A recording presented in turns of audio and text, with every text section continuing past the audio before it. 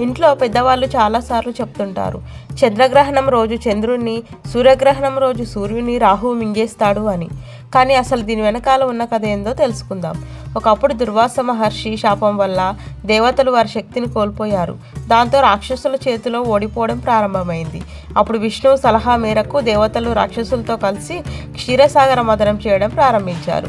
చివరికి అమృతం బయటకు వచ్చింది.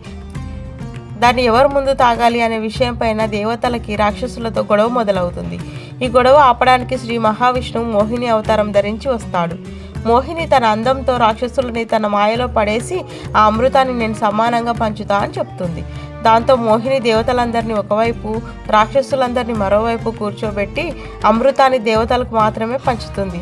కానీ అక్కడున్న ఓ రాక్షసుడు, అతడి పేరు స్వర్భాను, అతడు ఇదంతా గమనించి దేవతల వేషం వేసుకొని సూర్యచంద్రుల మధ్యలో కూర్చుంటాడు. మోహిని ఆ రాక్షసుడికి కూడా అమృతం ఇచ్చేస్తుంది. రాక్షసుడు అమృతం తాగుతుండగా సూర్యచంద్రులు అది గమనించి అతను రాక్షసుడు అని మోహినికి చెప్తారు.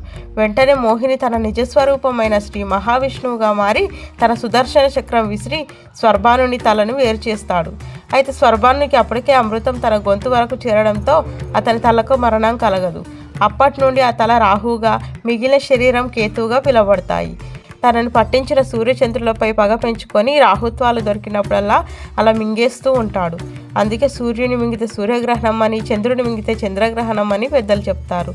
కానీ రాహువుకి తల మాత్రమే ఉండి శరీరం లేకపోవడం వల్ల సూర్యచంద్రులు మింగిన కొద్దిసేపటికే వాళ్ళు బయటకు వచ్చేస్తారు. అలా గ్రహణం కొన్ని క్షణాలలో ముగిసిపోతుంది. ఇది మన పురాణాల్లో చెప్పబడింది.